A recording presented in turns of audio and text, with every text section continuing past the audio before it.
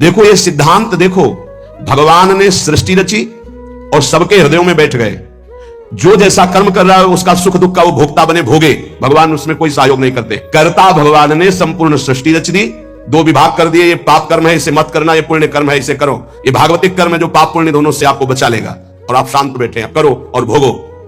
लेकिन भक्त का संग ऐसा नहीं होगा। भक्त शांत नहीं बैठेगा कि जो करना है करो और भोगो, नहीं। वो जरा सी तुम श्रद्धा कर ली तो जबरदस्ती तुमको संसार से छुड़ाकर भगवान से प्रेम करा देगा।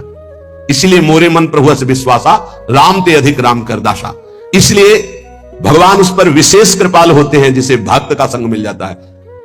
अगर कहीं उनका स्पर्श मिल रहा है, जूठन मिल रही, चरण रज मिल रहा है, चरणामृत वचनामृत, अब आपके कल्याण में संशय है। अगर संशय है तो विश्वास की कमी है, नहीं तो नाचना चाहिए। जब गुरुजनों का उच्छिष्टामृत आता है तो रोना आता है कि कैसी अहेतु की कृपा है, उनको क्या, पर वो अपना उच्छिष्ट में दे रहे हैं। अहेतु की कृपा, अहेतु की कृपा। जैसे आया कि महाराज जी ने राजभोग का उच्छिष्ट भिजवाया है, बस ऐसा लगता है कि केवल अहेतु की कृपा, केवल कृपा ही कृपा। कृपा ना होती तो क्यों अपनी तरफ से। अब हमें कोई परम पद चाहिए, अब हमें कुछ मिलना बाकी है। जब हम उच्छिष्ट का पान कर रहे हैं, उनकी चरण रज के आश्रित हैं, कुछ नहीं चाहिए, कोई हमें पदवी, कोई फल नहीं चाहिए। बहुत बड़ा फल मिल गया, मेरे गुरुदेव प्रसन्न है, मुझे उच्छिष्ट मिल रहा है, बस। गुरु प्रसन्न तो साहब अनुकूला, मेरे साहब मेरे आराध्य देव अनुकूल है, इसलिए ऐसा है। मिटी शकल कल्पित भय सुला। अनुरागी भक्त के आगे भगवान दीन होकर रहते हैं। जो चतुराशी जी के प्रथम पद की दूसरी पंक्ति, भावे मोहि जोई सोई सोई करे प्यारे, ये अनुरागी भक्त की स्थिति होती है। भावे मोहि जोई सोई सोई करे प्यारे, ये शरणागत भक्त की स्थिति होती है। जोई जोई प्यारो करे, सोई मोहि भावे।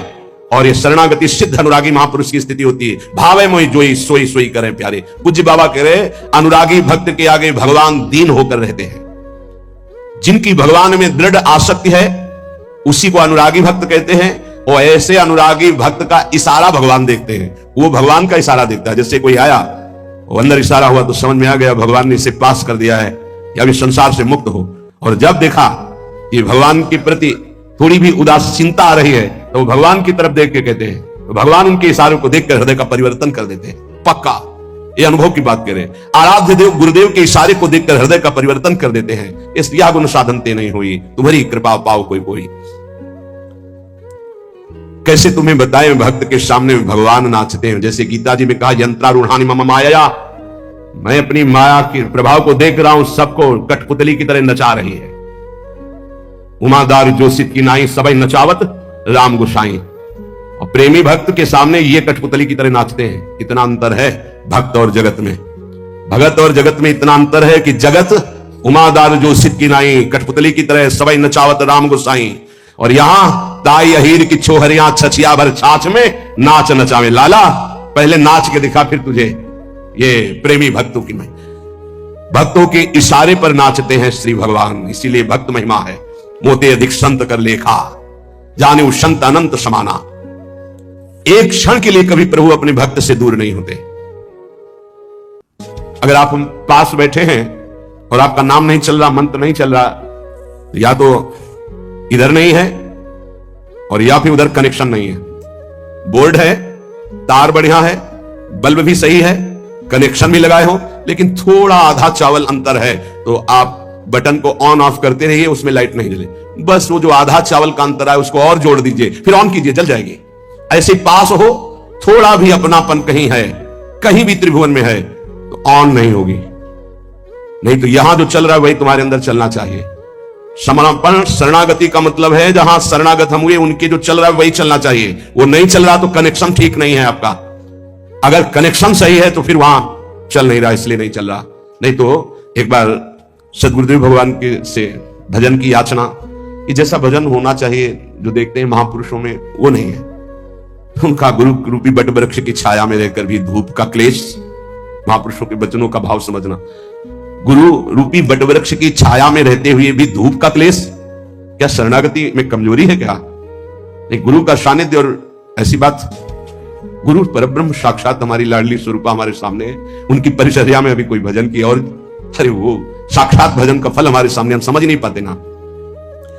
भक्त की अहमता ममता पूर्ण प्रेमी रसिक गुरुदेव के चरणों में समर्पित हो जाती है।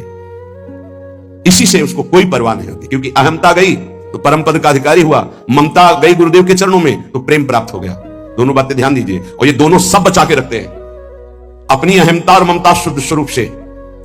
जब ये वस्त्र गुरुदेव को दे दिया, वो सर पे बांधे, वो कमर में पहने और चरणों के नीचे रखे, प्रश्न कैसे हो सकता है कि हमारे वस्त्र का आपने ऐसा कैसे प्रयोग कर लिया, चरण में कैसे रख लिया?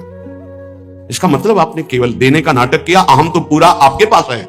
क्योंकि मेरा शब्द तो केवल गुरुदेव में गया, मेरे गुरुदेव बस, तन वांग मनोभी रमलई सोहम तो वास्तविकता, मेरा शरीर, शरीर की समस्त क्रियाएं, मन का संकल्प, बुद्धि, अहम, ये गुरुदेव का है। मैं कैसे प्रश्न कर सकता हूं? अब मेरे अंदर प्रश्न की कोई धरा ही नहीं रह गई। यंत्रवत जैसे चाहे वैसे चला में परम पद मिला हुआ है, जो बड़ी बड़ी साधनाओं से नहीं मिलता, वो समर्पण से प्राप्त होता है।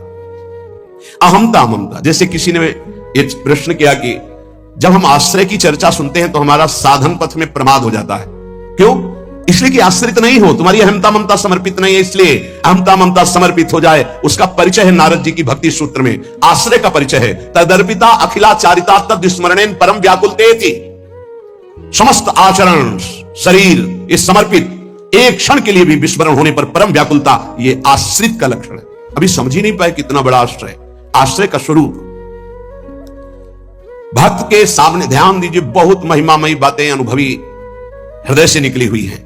भक्त के सामने विषय भोग का आकर्षण तभी आता है जब भगवद आश्रय नहीं होता, शरीर आश्रय होता है। अहमता ममता हमारे पास है, हमने समर्पित नहीं किया इष्ट और गुरुदेव को, तभी विषय आकर्षण आता है, तभी विषय आता है। विषय जिसके सामने आता है तो भगवदाकार वृत्ति नहीं आती है। भगवदाकार वृत्ति अहमता ममता समर्पित करने वाले की, अहमता ममता, कितनी जोर की ममता का समर्पण भक्तों के हृदय में होता है। भगवान ऐसी कलयुग में अगर परीक्षा ले तो कोई देने के लिए तैयार ही नहीं, लाखों में कोई नहीं तैयार हो पाएगा। बोले हमारा सिंह भूखा है, मुरुध्वज जी की कथा। हाँ प्रभु, आपको समर्पित तन मन प्राण, अभी आरा चला क्या आप, मतलब गजब की भक्ति, गजब का समर्पण। अहमता ममता समर्पित दीवाल में चुने जा रहे हैं गुरु गोविंद सिंह के दोनों लाडले, 9 किशोर अवस्था है, अब मान जाओ, धर्म का त्याग कर दो, हमारे धर्म को स्वीकार नहीं। पूरा उनको दीवाल में चुन दिया गया, ना पिता के हृदय में क्षोभ, ना पुत्रों के हृदय में क्षोभ। यह है अहमता ममता का समर्पण। जरा देखो हम भक्ति का कैसा समर्पण होना चाहिए, कैसा समर्पण किए, तो एक तरह से उपहास कर रहे हैं। अहमता ममता को हम बचाए हुए हैं और परिवर्तन चाहते तो कनेक्शन ही नहीं है। अहमता ममता का कनेक्शन ही नहीं है तो तुम्हारा परिवर्तन कहां से हो जाएगा? प्रभु को अपने सामने देखने की सामर्थ्य उसी में होती है जो भगवदाकार वृत्ति होती है। जिसकी भगवदाकार वृत्ति किसकी होती? जो अहमता ममता समर्पित कर देता है। निरंतर भगवदाकार वृत्ति रहने के कारण वो जिधर देखता है भगवान दिखाई देते हैं। यहां निरंतर विषयाकार वृत्ति होने के कारण भगवान में भी विषय दिखाई देता है। भगवान ही तो सब बने। अगर हमारी अहमता ममता समर्पित हो जाए तो इन 6 अपराधों से बच जाए जो भक्तों के प्रति होते हैं। भक्त के 6 अपराध तुम्हारी भक्ति को ढक देंगे। पहला, किसी भी महात्मा के वास निरूपण पर जो हम निंदा करने लगते हैं, हमारी सामर्थ्य नहीं कि हम क्या जाने वो कैसे रह रहे हैं। महाप्रभु चैतन्य देव एक दिन कीर्तन में बहुत उल्लसित होकर उन महापुरुष का नाम ले रहे थे, बार बार नाम उच्चारण कर रहे थे। हमें नाम विस्मरण है। बहुत सुंदर पोशाक महंगी महंगी पहनते थे, पान पाए, इत्र लगाए, फुलेल केशों में सजाए। बहुत वर्ष हो गए पहले चैतन्य महाप्रभु के पावन चरित्र का पठन किया था, इसलिए स्मृति नहीं उनका नाम, उनके नाम का। पुंडरीक विद्या, हाँ यही नाम, पुंडरीक विद्या। तो गदाधर आदि जो भगवत महाप्रभु के पार्षद थे, उन्होंने सोचा कि जब महाप्रभु भाव में ऐसा उनका नाम उच्चारण कर रहे हैं तो कोई वीतराग बड़े परमहंस महापुरुष होंगे, चलो उनके दर्शन करने चलते हैं। तो पता चला कि अमुक जगह वो आए हुए हैं। वहां तो देखा बहुत सुंदर पलंग, दुग्ध फेन जैसा, ऊपर से गद्दे के ऊपर चादर और गिरदार लगे हुए हैं और केश जो फुलेल से ऐसे सुगंध आ रही है। पान खाए तो गदाधर जी के मन में आया कि इतना विलासितापूर्ण जीवन और ये भगवत भक्त हो सकते हैं? संशय हुआ। तो एक जो महाभागवत साथ गए थे तो उन्होंने भगवान श्री कृष्ण की रूप माधुरी का भरा हुआ श्लोक गान किया। जो ही श्लोक सुना, हुंकार मारी और धूल धूसरी, हा कृष्ण हा कृष्ण। और वो सब जो उनकी समझ में आया कि अरे महाप्रभु जो बोल रहे थे परम सत्य, वो प्रेम की अष्ट सात्विक भाव संवरण होना मुश्किल हो गया। अश्रुधारा नाक बह रही, धूल धूसरी। गदाधर जी ने चरण पकड़े और कहा मेरे से भारी अपराध बन गया। ऐसे महापुरुष के बाहरी स्वरूप को देखकर हमारे अंदर अश्रद्धा हुई थी, दोष दर्शन हुआ था, क्षमा चाहता हूं। कैसे क्षमा हो? तो शिष्यत्व स्वीकार किया, चरित्र में ऐसा पढ़ा। किसी भी भक्त या महात्मा के वास निरूपण, वेश निरूपण की अगर वृत्ति आपने की तो अपराध बन जाएगा। अरे ये तो ऐसा, इनको तो ऐसा होना चाहिए, इनको तो ऐसी जगह रहना चाहिए, इनको तो ऐसा नहीं। कुछ महापुरुषों की स्थिति होती है, कुछ तो उस स्थिति का दंभ करते हैं, कुछ स्थिति होती है। हम क्या जाने कौन स्थिति में कौन दंभ कर रहा है। जिनके वचन श्रवण से, दर्शन से, संभाषण से हमारे हृदय में भागवतिक परमाणु उदय होते हैं, उन महापुरुषों के चरणों की वंदना उनकी वाह स्थिति पे नहीं देखते। हो सकता है सोने चांदी के सिंहासन पर बैठे हो, छत्र हो, चमर डुल रहा हो, वो स्थिति ब्रह्माकार है, स्थिति भगवदाकार है, कैसे पता चलेगा? परशुराम जो आचार्य जी थे, उनके आश्रम के बाहर लिखा था, माया सगी न तन सगा, सगा न ये संसार, परशुराम ये कह रहे सगा सो सिरजन हार। एक लंगोटी लगाए, लौकी की कमंडल लिए और भारी वैराग्य वृत्ति के अंदर गए और कहा, ये श्लोक किसका लिखा हुआ है? दोहा। तो उनका गुरुदेव का कहां है? तो गए, देखे गिरदा लगा हुआ, छत्र लगे हुए परशुराम देवाचार्य जी महाराज। तो उनका, महाराज आपका श्लोक लिखा हुआ है? बोले हाँ। तो बोले केवल लिखा हुआ है या है आप में? क्योंकि उनको गर्व था कि मैं लंगोटी लगाए लौकी का, और ये तो वैभव संपन्न महात्मा है। तो बोले लिखा है, माया सगी न तन सगा, सगा न ये संसार। तो आपने कहा सगा तो सृजनहार, हम तो सब माया ही देख रहे हैं। उनका आपका इशारा क्या है? बोले जब सृजनहार सगा है तो फिर माया क्या? बोले चलो आपने समझा दिया, बड़ी कृपा, चल दिए। बोले कहां चल दिए? बोले जहां ले चलो आप। वो स्थिति पर के महापुरुष थे। चल जब 10-12 किलोमीटर चले तो बोले भिक्षा का हमारे समय हो रहा। तो बोले परशुराम देवाचार्य ने आज तक कभी हाथ नहीं फैलाया, आकाश वृत्ति पे हम रहते हैं, प्रियालाल जैसी व्यवस्था करते हैं उसके अनुसार रहते हैं। बोले हम तो भिक्षा वृत्ति से रहते। बोले जाओ मांगने। बोले आपके लिए भी ले आए, कभी किसी का सहयोग नहीं चाहा, केवल सीधे प्रियालाल से आप अपने लिए लाइए और पाइए, और जहां आपकी इच्छा वहां ले चले। वो गए भिक्षा लेने, वो जंगल के एक जगह बैठे हुए थे, तो वहां से राजा की सवारी निकली, देखा परशुराम देवाचार्य उतरे, साष्टांग दंडवत। यहां कैसे? प्रभु की इच्छा। बड़े सौभाग्य कि हम तो भगवान की असीम कृपा मानते हैं कि आपके दर्शन। हमारी इच्छा है कि हम कुछ राजभोग तैयार करवाते हैं, जैसी हरि की इच्छा। देर न लगी, वहां रसोईया लग गए, कढ़ाइयां। महाराज अगर यहां आप विश्राम करें, बस इशारा हो जाए तो जैसी हरि इच्छा, खुदाई शुरू, आश्रम निर्माण की नींव के लिए खुदाई शुरू, कढ़ाई चढ़ गई, बनना शुरू हो गया। वो संत आए 1 घंटे बाद, वहां देखा। बोले यहां क्या हो रहा है? बोले यहां आश्रम बनेगा, ये रसोई बन गई। उनका महाराज ये क्या लीला है? तो बोले तुम जिस वैराग्य के अहम वृत्ति को धारण किए हो, उस अहम वृत्ति का त्याग करो। वैराग्य का तात्पर्य होता है राग रहित, स्पृहा रहित होना। वो चाहे असंख्यों के वैभव में बैठा है, लेकिन राग और स्पृहा रहित है। अगर एक लंगोटी का भी राग है, लौकी के कमंडल का भी राग है, शरीर का भी राग है, वो रागी है, वो वीत रागी नहीं है। वीत राग की स्थिति को समझना बड़ा कठिन। दत्तात्रेय जी महाराज से यही पूछा कि आप कोई कर्म नहीं करते, कर्म ना करने वाले को विषय नहीं मिलता, और विषय सेवन ना करने से ऐसा स्वास्थ्य कैसे हो सकता है आपका?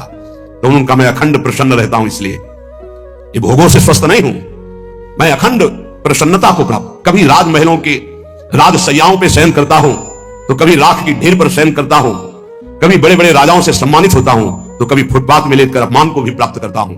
मुझे न सम्मान न अपमान, किसी का प्रभाव नहीं। इसलिए किसकी क्या स्थिति कैसे जाना जा सकता है? तो हम किसी का वास निरूपण आदि, वेश निरूपण आदि करके किसी की निंदा करेंगे तो पता नहीं कितना महाभागवत है, हमसे अपराध बन जाए। दूसरा, ज्ञान निरूपण। कुछ संत भगवान ऐसे होते हैं जो कुछ नहीं बोलते। अरे इनको कोई ज्ञान तो है नहीं, कुछ बोलना तो आता, क्या बोलना ही कोई साधुता है क्या? पता नहीं उसकी कितनी ऊंची स्थिति है, कैसे कोई जानेगा? इसलिए किसी संत के रूप में विराजमान जो भगवान हैं, उनके ज्ञान निरूपण करके निंदा न करें। इनको कुछ नहीं आता। आजकल यही है, केवल बुद्धि की तरह से देखा जाता है। अरे तो बोल नहीं पाते हैं।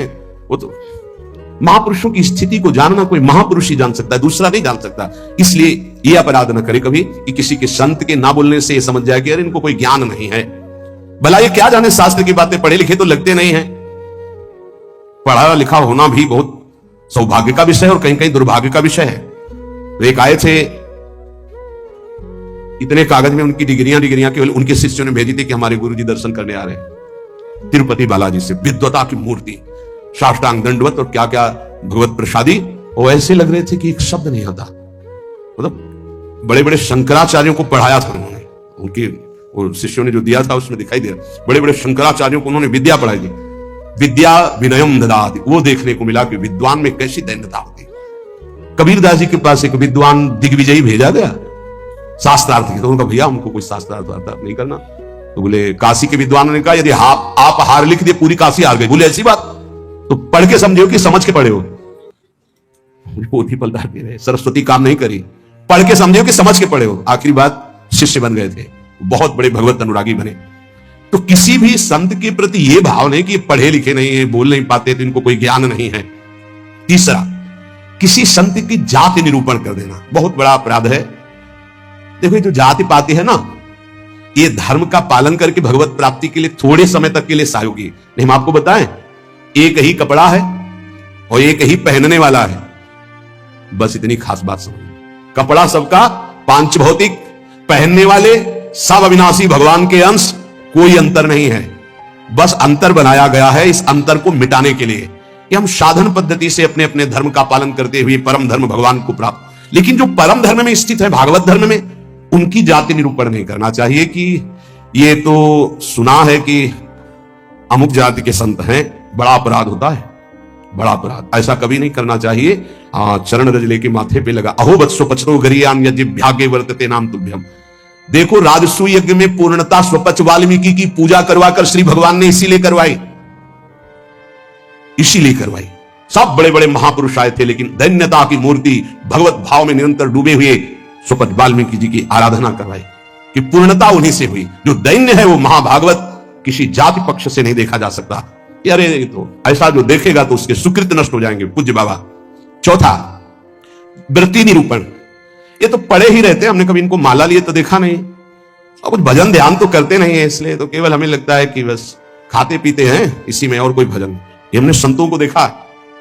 एक संत भगवान 8 बजे सुबह उठते थे गंगा नहाने के लिए, 8 बजे सुबह, पर वो एकांत में, तो लगता 8 बजे सुबह गंगा स्नान करते हैं, प्रायः 3 बजे स्नान हो। तो एक दिन जिसमें वो शयन करते थे उसमें गए, काफी बड़ा था, एकांत में आश्रम की। आज इनकी वृत्ति देखेंगे क्या है, बहुत ही गंभीर मुद्रा में रहते थे, पर प्रायः पूरे आश्रम में था कि ये प्रमादी हैं, सोते रहते हैं। 11 बजे तक उनको जगते पाए, जहां सब लेटे उनको उठ के बैठे, वो लेट गए थे, उठ के बैठ गए। 3 बजे तक बिल्कुल एक आसन पर, 3 बजे फिर लेट गए, 8 बजे सुबह। संतों को जानना बड़ा कठिन, उनकी क्या दिनचर्या है, वो कैसे भाव में रहते हैं। केवल बाहरी व्यवहार देख करके उनकी निंदा कर देने से सुकृत नष्ट हो जाएंगे, भक्ति ढक जाएगी। स्वरूप निरूपण, ये महात्मा में तेज तो है नहीं चेहरे में, ये तो ऐसे ही मालूम देते हैं, कोई साधु तो नहीं, क्योंकि चेहरा नहीं बता रहा है। नहीं, ऐसा नहीं है।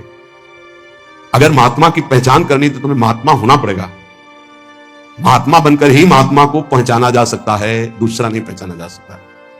बाहर से किसी के रूप को देखकर थोड़ी तुम जान सकते हो कि रूप तो आप गौर से देखिएगा, किसी किसी की मांस भक्षण करने वाले का भी चमकता रहता है, मलाई रबड़ी खाने से भी रूप चमकने लगता है, थोड़ा सा संयम रखे तो उससे भी चमकने लगता है। अब वो महात्मा किस कोटि का भजन कर रहे हैं, कोई रूप से थोड़ी महात्मा का लेना देना होता है। अब श्रीधर बाबा की छवि जब लगे तो आप देखना लंगोटी है, हड्डी हड्डी दिखाई दे रही, गाल चिपकी हुई, आंखें धसी हुई, आपको पता खुद देखे हुए हैं कि 24 घंटे भजन में मगन। तो किसी महात्मा के रूप को देख करके ऐसा कोई रूप निरूपण करेगा तो उससे अपराध लग जाएगा, और प्रायः ये ध्यान नहीं दिया जाता। ऐसा धातु निरूपण, भगवत विग्रह पाषाण का है कि धातु का है, सामने पूछे ये पत्थर के भगवान है कि इसमें अष्ट धातु के, घोर अपराध बुद्धि। भगवत विग्रह सामने नहीं, भगवत विग्रह साक्षात अर्चावतार भगवान है, भाव उसमें। ये नहीं कि सामने जाके पूछे संगमरमर के बनी हुई कौन सी धातु की बनी हुई भगवान है, ये अपराध। धातु निरूपण भगवत विग्रह या भगवत भक्त के पास, जैसे वैराग्य में धातु स्पर्श निषेध किया गया है, या तो संन्यास में नारियल का पात्र और वैष्णव जनों में रज का पात्र, धातु के पात्र के प्रयोग का निषेध है वैराग्य में। लेकिन जो महापुरुष हैं, मान लो उनको सोने की थाली में पा रहे हैं, उनकी क्या स्थिति है। अब हम देख करके अपने वैराग्य का वहां भाव थोपे, वो स्थिति उनकी क्या है, वैराग्य का भाव थोपे तो फिर अपराध बन जाएगा। किस स्थिति में कौन महापुरुष है जानना मुश्किल है। सबको भाव से नमस्कार करके हम अपने भाव को सुरक्षित रखते हैं। तो वास निरूपण, ज्ञान निरूपण, जाति निरूपण, वृत्ति निरूपण, स्वरूप निरूपण, धात निरूपण। वृत्ति निरूपण में ये भिक्षावृत्ति तो करते नहीं, केवल भंडारा खाते हैं। आपको क्या पता किसकी क्या स्थिति है, वो कैसे, संतों की लीला भगवान जानते हैं या तो वो संत जना दे तो जाने। अपने लोग इसकी परवाह करते हैं क्या? कहीं कौन से अपराध इससे बन जाते हैं जो हृदय को कठोर कर देते हैं। इसलिए शांत। ब्रज में मुझे एक महात्मा मिले थे, उन्होंने मुझे कुछ उपदेश दिए, मैंने उड़िया भाषा में अपनी डायरी में लिखे थे। उन्होंने उपदेश दिए कि अगर ये आपके अंदर भाव आ जाएगा, लक्षण आ जाएंगे, तो आपको भगवान अपनी तरफ से आके दर्शन दे देंगे। बड़े महात्मा थे, तो बाबा ने उड़िया भाषा में अपनी डायरी में लिखा था, उसका हिंदी लिपि में यहां वर्णन है। पहला, भजन करते हुए अपने को सबसे दीन मानना, अपने आप भगवत साक्षात्कार हो जाएगा। भजन करते हुए अपने को सबसे दीन मानना, इससे कोई अपराध ही नहीं बनेगा, कोई अपराध नहीं बनेगा, लिख लेना चाहिए। भजन करते हुए साधक को अपने को सबसे दीन मानना, सबसे आदेश प्रणादपि सुनिचेन। दूसरा, किसी से भी कपट पूर्वक वार्ता व्यवहार ना करना। निष्कपट व्यवहार करने में क्या जाता है? अपने भगवत मार्ग के पति के, चाहे गृहस्थी हो चाहे विरक्ति हो। कपट का मतलब होता है अंदर कुछ और है, बाहर आप कुछ और दिखा रहे हैं। ये नहीं होना चाहिए। जो अंदर वो सीधे बाहर, जो बाहर बोल रहे हैं वही आपके अंदर चलना चाहिए। मुई कपट छल छिद्र न भावा, भगवान कहते हैं। तो कैसे दर्शन दे देंगे आप कपट पूर्वक व्यवहार करते हैं? निष्कपट व्यवहार, कपट पूर्वक व्यवहार ना करना, ये दूसरा। तीसरा, अपनी जिह्वा से कभी असत्य भाषण ना बोलना। इसका बहुत नारायण स्वामी जी ने भी इस पर बहुत जोर दिया था कि जिस जिह्वा से नाम जप करते हो झूठ नहीं बोलना चाहिए, तभी नाम सिद्ध होगा। नाम तभी सिद्ध होगा। नाम सिद्ध होने का तात्पर्य बिना प्रयास के चले। ये सत्य भाषण भगवत स्वरूप है। सत्य बोलने से बढ़कर कोई पुण्य नहीं संसार में, और झूठ बोलने से बढ़कर पाप नहीं है। सत्य सम पातक पुंजा।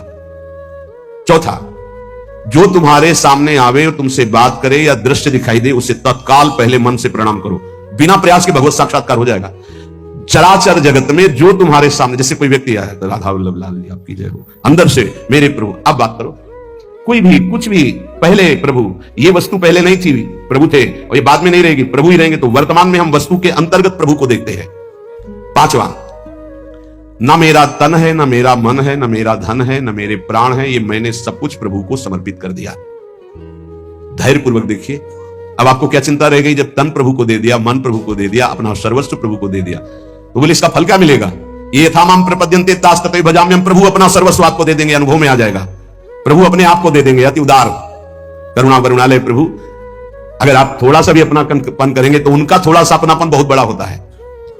अपने तन मन धन सर्वस्व पर अपना अधिकार न करके अपने प्रभु का अधिकार। छठवां, एकमात्र पूर्ण श्रद्धा अपने आराध्य देव में, मेरी लाडली, मेरे प्रियालाल। सातवां, सदैव पराधीन रहना। अगर गुरुदेव के अधीन हो, इष्ट देव के अधीन हो, तो माया तुम्हें अधीन नहीं कर पाएगी। अगर इष्ट देव और गुरुदेव की अधीनता स्वीकार नहीं करोगे तो माया अधीन कर लेगी। हमेशा अपने को पराधीन देखना कि मैं स्वतंत्र नहीं हूं। ये तन मन प्राण इष्ट देव गुरुदेव को समर्पित है। मैं वही करूंगा जो आज्ञा कर रहे हैं, उनके विपरीत नहीं कर सकता। अब आप देखो, विपरीत करते हो कि आपको याद आता है कि मेरा शरीर गुरुदेव की धरोहर है, मैं इसके द्वारा कोई अनाचार दुराचार कोई गलत चेष्टा, मेरा मन गुरुदेव की धरोहर है, इष्ट देव की धरोहर, इससे हम गलत चिंतन नहीं कर सकते। मेरा धन गुरुदेव की धरोहर, इससे हम गलत व्यवहार नहीं कर सकते। मेरे प्राण गुरुदेव को समर्पित, इसलिए हर श्वास मंत्र जपेंगे, बिना बुलाए भगवान दर्शन दे जाएंगे। आठवां, आराध्य देव के सिवा अपना कोई नहीं है, ये हृदय में बैठा लेना। अपने वास्तविक है तो आराध्य देव ही अपने हैं। नवां, अपने आराध्य देव के अनन्य चिंतन के सिवा और कोई चिंतन ना होने पावे।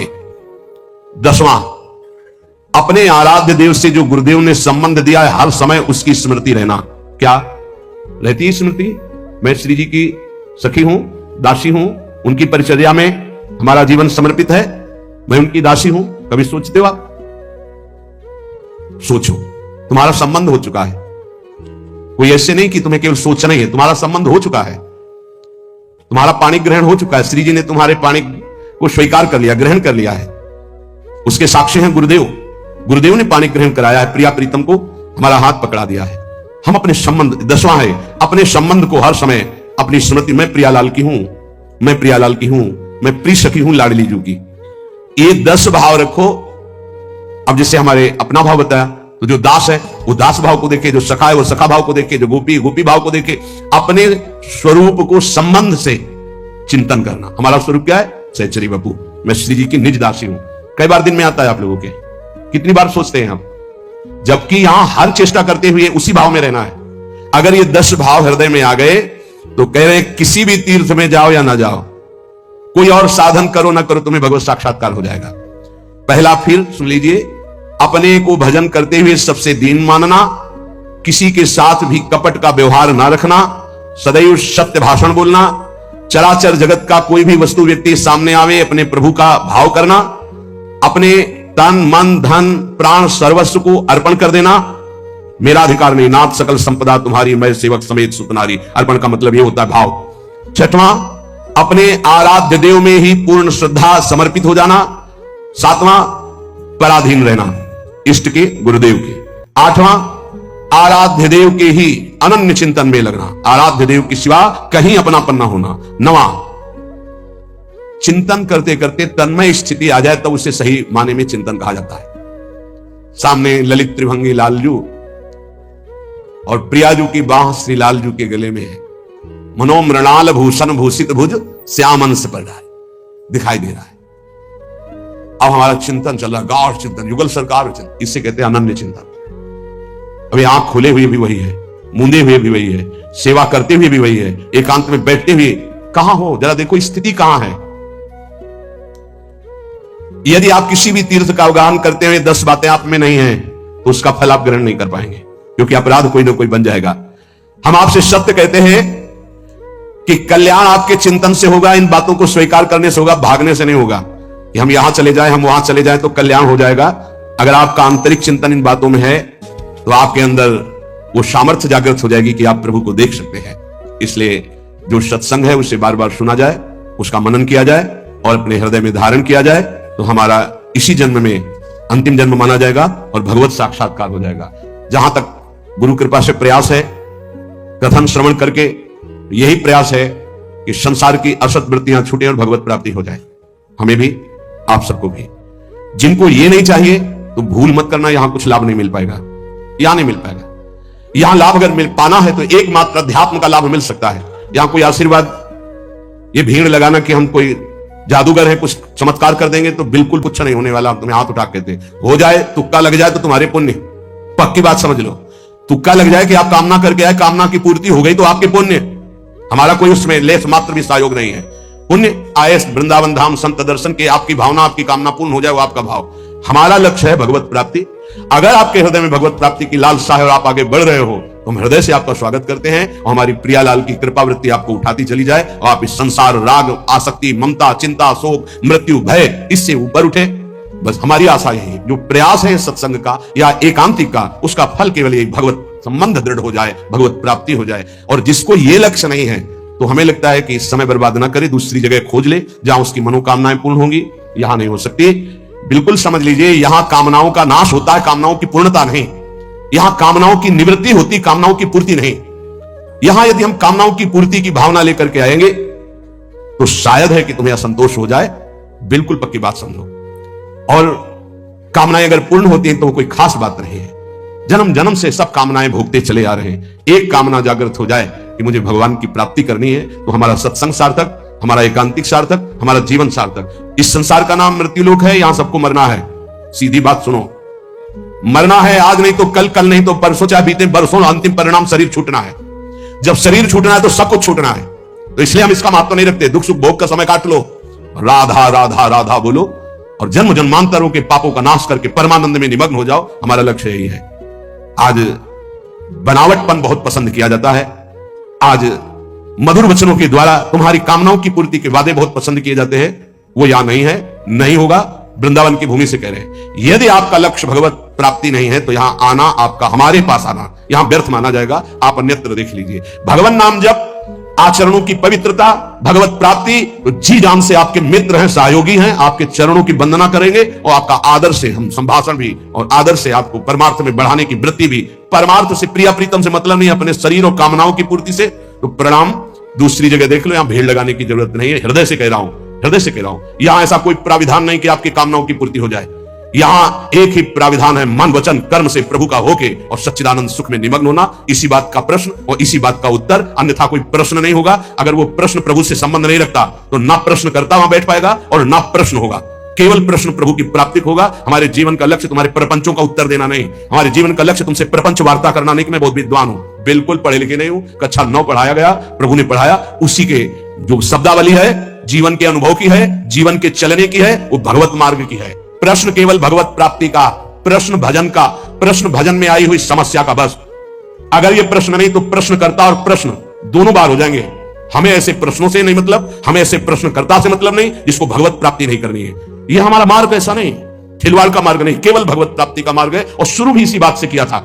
जो बात अभी निकल गई, अगर वो टेप हो गई और हजारों बार हजारों लोगों को सुनने में आएगा तो उनका मंगल होगा, बस इस बात से। अब वो एक अलग रूप होता चला जा रहा है। फालतू के जो प्रश्न जिनका हमसे, हमारे भागवतिक मार्ग से कोई संबंध नहीं है, ऐसे प्रश्न ना हम सुनेंगे, ना इससे का उत्तर दे पाएंगे, हमारी क्षमता नहीं है। क्योंकि हमारे केवल प्रियालाल भगवत प्राप्ति की वार्ता, अन्यथा मौन, श्रवणेन्द्रिय बंद। क्योंकि बहुत कम समय जीवन का बचा है जो प्रियालाल में जाए, हमारा भी और आपका भी। हम कह रहे हैं ईमानदारी से गौ सेवा करो, अगर बिना मांगे ना आ जाए तो हमें बताना।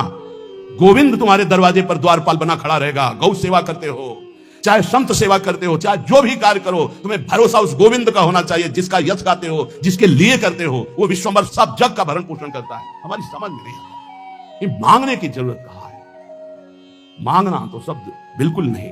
अगर भगवत भरोसा है तो मांगना कैसे आ गया जीवन में। अब यहां देखिए, यही वात्तम वसु प्रीत्यई प्रेत्यवई कटुकोदयम। खूब मेहनत करो, धर्म पूर्वक धन कमाओ, परिवार के पोषण में। बिल्कुल चवन्नी देने की जरूरत नहीं बाहर, हम तुम्हें कह रहे हैं। उन्हीं को भगवत स्वरूप मान लो, माता पिता परिवार, खूब उनको संतुष्ट करो। घर में ठाकुर जी विराजमान कर लो, भोग लगाओ, परिवार को पवाओ, नाम जप करो। एक पैसा देने की जरूरत, तुम्हें भगवत प्राप्ति होगी। हमारी बात समझ लो। अब तुम्हारे पास 100 रुपया इस तरह है कि हमारे सब प्रयोग से, हर कार्य से। अब उनको सोचो, ऐसी जगह हम 100 रुपया देंगे जहां कोई हमको नमस्कार न करे, कभी लौट कर हमसे राधे श्याम ना बोले। ऐसी जगह चुपचाप ऐसे दे दो, कोई जाने ना। ये हुआ दान धर्म। सो धन धन्य प्रथम गति जाके। जहां कोई तुमसे मांगे ना, जहां कोई तुमको नमस्कार ना करे, जहां तुम्हारा आदर ना हो, ऐसी जगह नेकी कर दरिया में डाल की तरह। कोई दोबारा तुमसे कि ये वही आदमी जो 100 रुपया दिया था, कभी ऐसा ना बोलने वाला हो। ऐसी जगह धर्म पूर्वक कमाई को ऐसे दान किया है। अब यहां महर्षि अत्रि जी कह रहे हैं, यही वात्तम वसु प्रीत्यई। धर्म क्या है, वैराग्य क्या है, भगवत मार्ग क्या है, परम कल्याण क्या है, जगत मंगल क्या है, बस प्रवचन में रह गया है। ये संसार घृणित है, ये संसार धोखेबाज है, बस वही लौकिक। यही वात्तम वसु प्रीत्यई प्रेत्यई वही कटुकोदयम। सबके दिमाग में सोने से जागने तक, जैसे अनन्य भक्त के चिंतन में केवल हरि राधा, ऐसे संसारी के केवल दिमाग में रुपया, सुबह से शाम तक, शाम से सुबह तक। और लक्ष्मी जिनके चरण को चापती रहते हैं, ऐसे हरि से विमुख। पापाचरण करके रुपया इकट्ठा किया तो बोले इस लोक का धन यही रह गया। अब मृत्यु के बाद जो कटु परिणाम उत्पन्न होगा उस धन कमाई का, इसलिए होश में हो जाओ। यदि अभी तक पापाचरण से धन कमाया हो तो उसको ऐसी जगह दान कर दो जहां दूसरों की दवाइयां होती हो, दूसरों के कष्ट निवारण होते हो, दूसरों का उदर पोषण होता हो, वस्त्र आदि, गौओं का चारा आदि। अगर हो अधर्म पूर्वक कमाया हो तो हटा देना, नहीं मरोगे तो दुर्गति होगी। और जिंदा में परिवार को नाश कर देगा वो धन। लिख लो हमारे शब्द, जिंदा में जिनके लिए तुम एकत्रित किया उनका नाश करेगा, बुद्धि का नाश, स्वास्थ्य का नाश, तांडव मचाएगा घर में अधर्म का धन। और मरोगे तब कह रहे हैं कि तुम्हारी दुर्गति कर देगा। वही अधर्म का कमाया धन यहां बैंक में रह जाएगा, उसका कमाने का जो कर्म था वो तुम्हारी दुर्गति कर देगा। महाराज अत्रि कह रहे हैं, तस्मान ग्राह्य में वही तत् सुखमानंत्यमिच्छता। इसलिए परम सुख प्राप्ति के लिए अधर्म पूर्वक धन कमाने की इच्छा मत करो। अनंत महिमा में भगवान ने धर्म की स्थापना की। पहले धर्म फिर धन, धर्म अर्थ काम मोक्ष। पहले धर्म, धर्म को आगे रख करके धन कमाओ। पहले था चाहे प्राण चले जाएं, धर्म नहीं जाना चाहिए। देखा महापुरुषों को, गुरुजनों को प्राणों की बाजी लगा दी, शहीद हो गए अपने राष्ट्र पर, अपने धर्म पर, अपने भगवत भाव पर। परः पराणाम पुरुषो यस्य तुष्टो जनार्दनः सा प्राप्नोत्यक्षयम् स्थानो मेतत् सत्यम मयोदितम। इस माया से परे परमात्मा है, वह परम पुरुष जनार्दन श्री कृष्ण। जिस कार्य से, जिससे संतुष्ट हो गया वही परम सुखी, वही परम धनवान, वही अक्षय पद को प्राप्त करता है। मैं सत्य सत्य सत्य कहता हूं। इसलिए मानव जीवन प्राप्त करके धर्म का आचरण करो। धर्म के द्वारा संपादित किया हुआ तुम्हारा जीवन, जितने भी कर्म, वो तुम्हें महासुख प्रदान करेंगे। ना गुणान गुणिनो हंति स्तौति मंद गुणानपि नान्य दोषेषु रमते सानुसूया प्रकीर्तिताः। जब कभी किसी गुणी की तुम्हारे सामने प्रशंसा होने लगे तो खंडन मत करना, किसी के गुणों का खंडन मत करो। और जब किसी के दोषों की चर्चा होने लगे तो कान में अंगुली डाल के वहां से चले जाओ। जब किसी की महिमा गाई जा रही हो तो आनंदित होकर सुनो, भगवान की विभूति है जिसका वर्णन हो रहा है। लेकिन जब किसी की निंदा की जा रही हो तो कान में अंगुली डाल के उस सभा से निकल जाओ, क्योंकि सभा में जो जो बैठा होगा उसको सबको पाप लगेगा। द्रौपदी जी को निर्वस्त्र करने का आदेश दुर्योधन ने दिया, उठ के चले जाना चाहिए। भीष्म जी को, द्रोणाचार्य जी को, अश्वत्थामा जी को, इन बड़े बड़े महापुरुषों को नहीं गए ना, नहीं रोका ना। कुछ भी हो, अगर भीष्म जी खड़े हो जाते तो किसी की ताकत नहीं बोले, परिणाम क्या हुआ? भगवान ने सबको मार के गिरवा दिया, सबको दंड भोगना पड़ा। जिस सभा में शास्त्र निंदा हो रही हो, संत निंदा हो रही हो, भगवत भक्त निंदा हो रही, धर्म की निंदा हो रही हो, आपकी सामर्थ्य है तो उसकी जबान बंद कर दो, नहीं तो कान में अंगुली डाल उठ के चले जाओ। उत्तम बात है, कान में अंगुली डाल उठ के चले जाओ, क्योंकि सामर्थ्य की बात कानून विरुद्ध हो जाएगी। कुछ भी करना कानून के विरुद्ध होगा। परस्मिन बंधु वर्गे वा मित्रे द्वेषे रिपौ तथा आपन्ने रक्षितव्यम तु दयैषा परिकीर्तिता। चाहे कोई पराया, चाहे कोई अपना हो, चाहे भाई हो, चाहे दुश्मन हो, यदि आप भक्त हैं तो आपका व्यवहार राग और वैर से रहित होना चाहिए। भाई के प्रति राग नहीं और दुश्मन के प्रति वैर नहीं। अगर भारी विपत्ति में भाई फंस जाए तो हम कैसे करेंगे? उसकी दुख निवृत्ति। ऐसे अगर दुश्मन भी फंस जाए तो हम उसकी दुख निवृत्ति का कार्य करेंगे। दुश्मन है, वो हमें गाली देता है, अपमानित करता है, हमारा बुरा चाहता है, लेकिन हम उसका मंगल चाहेंगे, बोले उसे भक्त कहते हैं। उसे कहते हैं वो राग द्वेष रहित भगवान का भक्त जो दयावान है। आन संशयम क्षमा सत्य महिंसा दान मार्जवम प्रीति प्रसादो माधुर्यम मार्दवम च यमादस। यम और नियम ये जिसके जीवन में होते हैं वो बहुत दैवी संपदावान माना जाता है, भागवतिक माना जाता है। यम किसे कहते हैं? ये 10 होते हैं, यम 10 और नियम 10 होते हैं। यम पहला है अनुसंशयम, अक्रूरता। किसी के प्रति भी क्रूर वचन, क्रूर व्यवहार बिल्कुल नहीं होना चाहिए। क्रूरता तब आती है जब हमारे विपरीत कोई व्यवहार करता है, तब उसके बोलने की क्रूरता हो जाती है, चेष्टा में क्रूरता हो जाती है, हृदय में क्रूरता हो जाती है। अचानक आक्रमण होता है। अगर संबोधन करके आवे कि तुम्हारी परीक्षा हो रही तो शायद साधक सावधान हो जाए।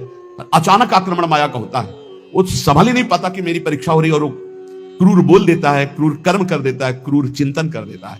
इसका मतलब यम कमजोर है, यम नियम में वो कमजोर है। पहला यम है अक्रूरता, न वाणी में क्रूरता हो, न शरीर में चेष्टाओं में क्रूरता हो, न मन में क्रूरता हो, अक्रूरता। दूसरा है क्षमा। सबसे बड़ा बल है क्षमा। कोई कितना भी कैसा भी व्यवहार करे, क्षमा बल से उसे जीत लेना चाहिए। तीसरा है सत्य। सत्य के समान कोई दान नहीं, कोई पवित्रता नहीं, कोई बड़ा अनुष्ठान नहीं। वाणी से सत्य बोलने का नियम बना ले। कलिकाल है, इतना झूठ का बोल वाला है, पूछो मत। झूठ है जो औरों से तो और जाने तो गुरु जी से झूठ। कई बार कहा है कि एक घर तो छोड़ दो गुरुदेव का, कुछ कम से कम उनके सामने तो सत्य बोलो। एक क्षण में उनसे भी झूठ, और जबकि पता है कि उनको पता हो जाएगा फिर भी झूठ बोल देना। अरे भाई, फांसी थोड़ी लग जाएगी, डांट लग जाएगी, गुस्सा हो जाएंगे, पर हम सत्य बोल देंगे तो हमारा अपराध क्षमा हो जाएगा। सत्य एक जगह तो नियम ले लो तो सब जगह धीरे धीरे फिर भाव मानी संख्या से सवाल हल हो जाएगा। एक जगह सत्य बोलना शुरू कर दो। वाणी में सत्य बोलना, ये यम का नियम। अक्रूरता, क्षमा और सत्य। हमारा जब वाणी में सत्य होगा तो आचरण भी सद आचरण होंगे, फिर हमारा विचार भी सद विचार होगा और संग भी सदसंग होगा। यम अगला सत्य के बाद अहिंसा। किसी की भी हिंसा न करना, न मन से, न वचन से, न कर्म से। सत्यम, अहिंसा और दान। सुधन धन्य प्रथम गतिया की दान। बस दान का तात्पर्य इतना ही समझ लो, अहंकार रहित त्वदीयम वस्तु गोविंदम तुभ्यमेव समर्पये। हे प्रभु, आपके द्वारा दी हुई वस्तु तो ये परिवार से थोड़ा, हमारे परिवार भर के लिए इतना प्रयोग हो गया, 10 रुपया बढ़े, बस ऐसा। ये हमने कहीं नहीं सुना। गरीब आदमी अगर एक बछिया दान करता है तो एक राजा 1 करोड़ गाय दान करे स्वर्णिम आभूषणों से अलंकृत करके, तो उस गरीब आदमी की बछिया के बराबर नहीं होगा। ध्यान रखना, जो गरीब होकर के दान करता है उसका विशेष महत्व होता है। उसकी 4 रोटी उसके पूरे जीवन के कमाई मेहनत से, और तुम 4 करोड़ ऐसे, तो उसकी रोटी के बराबर नहीं हो सकता है। इसलिए दान का विशेष महत्व धर्म द्वारा कमाया। जैसे एक बार हमने सत्संग में बताया था दान के विषय में, सेतुआ यज्ञ का मुदगल ऋषि, वो कभी किसी से दान नहीं लेते थे, तो शीलोंच वृत्ति के द्वारा वो अपना उदर पोषण करते। सील कहते हैं जो किसान अपना खेतों से अन्न का अधिकार ले चुका है, अब वो ऐसे खेत, उनमें जो दाने बाली पड़ा है उसे बिन लेना। उंच कहते हैं जो बाजार में जहां अन्न की बाजार लगी वो उठ चुकी है, इसके बाद जो दाने गिरे उनको उठा लेना। तो वो ऐसे 2-4 किलो सब मिला करके होता होगा। उससे 12 महीना सतुआ बना लेते थे और उसको थोड़ा थोड़ा 12 महीना और उसी से तप करते थे। एक दिन वो सतुआ पिसा के रखे ही कि इतने में परीक्षार्थ के लिए भगवान अतिथि रूप में, बहुत भूखा हूं, हे ऋषि, क्या हमारे उदर पोषण की व्यवस्था हो सकती है? तो उनका हाँ, भी तो साल भर के लिए सतुआ एकत्रित किया। वो परोसते गए, वो पाते गए और पूरा साल भर के लिए जो एकत्रित किया था वो सब सतुआ पा गए, चाट चाट के पा लिया कुछ। तो उनका भगवान पूरे साल की व्यवस्था इतनी, जब इसके आगे तो है ही नहीं। तो उनका चलो हम छक भी गए हैं बहुत, और डकार ली और चले। तो एक नेवला वहां से निकला, तो जो 2-4 दाने सतुआ के गिरे थे वो उसके शरीर में छू गए तो स्वर्णिम हो गया, आधा स्वर्ण का। बड़ा उसको चमत्कार मिला। तो जब सुना महाराज युधिष्ठिर की राजसूय यज्ञ हो रही, इतनी बड़ी ब्रह्मा शंकर आदि बड़े बड़े महापुरुष, स्वयं भगवान सच्चिदानंद श्री कृष्ण द्वैपायन व्यासदेव जी सब व्यास, तो नेवला पूरी पंगतों में लौटता हुआ घूमता, कहीं स्वर्ण का नहीं हुआ। तो भगवान श्री कृष्ण के पास से निकलकर महाराज युधिष्ठिर वहीं बैठे थे। कहा महाराज तुम्हारी यज्ञ मुद्गल ऋषि की सतुआ यज्ञ के बराबर भी नहीं है। तो भगवान श्री कृष्ण ने कहा ऐसा क्यों कह रहे हो? आज तक किसी चक्रवर्ती सम्राट ने ऐसी यज्ञ नहीं की जिसमें स्वयं मैं विराजमान हूं और सब मेरी विभूतियां विराजमान है और सब शास्त्रीय पद्धति से हो रही, तुम ऐसी निंदा क्यों कर रहे हो महाराज राजसूय यज्ञ की युधिष्ठिर की? तब उन्होंने पूरी कथा सुनाई कि सतुआ यज्ञ वाली। बोले महाराज मैं पूरा लौट के देख लिया है कि रुआ भी सोने का लगेगा, तो हुआ ना आपकी यज्ञ उनसे छोटी? तो भगवान ने कहा हाँ, मुद्गल ऋषि की सतुआ यज्ञ के बराबर तो राजसूय यज्ञ नहीं। क्यों? वो अकिंचन, प्रतिग्रह रहित। तो यहां कह रहे दान शब्द मुद्गल ऋषि का जोर का हुआ, जो धर्म के द्वारा मेहनत करके कमाता है। जब कोई राधा बाबा से कभी कोई दक्षिणा देने की बात आई, एक बार राधा बाबा ने भागवत सुना तो कहा भाई भागवताचार्य को दक्षिणा देनी चाहिए, कोई दक्षिणा देगा? पर धर्म की कमाई का, अगर पाप की कमाई का दिया तो समझ लेते किसी की जेब में। एक जो घास खोदना सेवा करना, तो उसने कहा बाबा 50 पैसा या 100 रुपया हम दे सकते हैं। बोले हाँ बस इतना ही काफी है। बाबा ने लिया और कहा भागवताचार्य जी से ये है दक्षिणा। वो तो केवल बाबा को प्रसन्न करने के लिए सुनाने आए थे, उनका अर्थ से कोई मतलब, हिम्मत नहीं पड़ी किसी की 10-5 रुपया देने की। केवल वो एक घास खोदने वाला, बाबा मेरी कमाई धर्म की है, ये 100 रुपया या 50 पैसा, चाहो तो 50 ले लो, 50 पैसा, या चाहो तो 100 रुपया, इससे ज्यादा हमारे पास व्यवस्था भी नहीं। ये दान वही जो मेहनत के द्वारा किया हुआ। फिर दूसरे यम आगे नम्रता, नम्रता विद्या विनयम ददाति। आज पढ़ लिख करके उद्दंड बनते हैं, पढ़े लिखे। पूछो अपने माता पिता के पैर छूते हो? नहीं। माता पिता कहते हैं कहां जा रहे हो?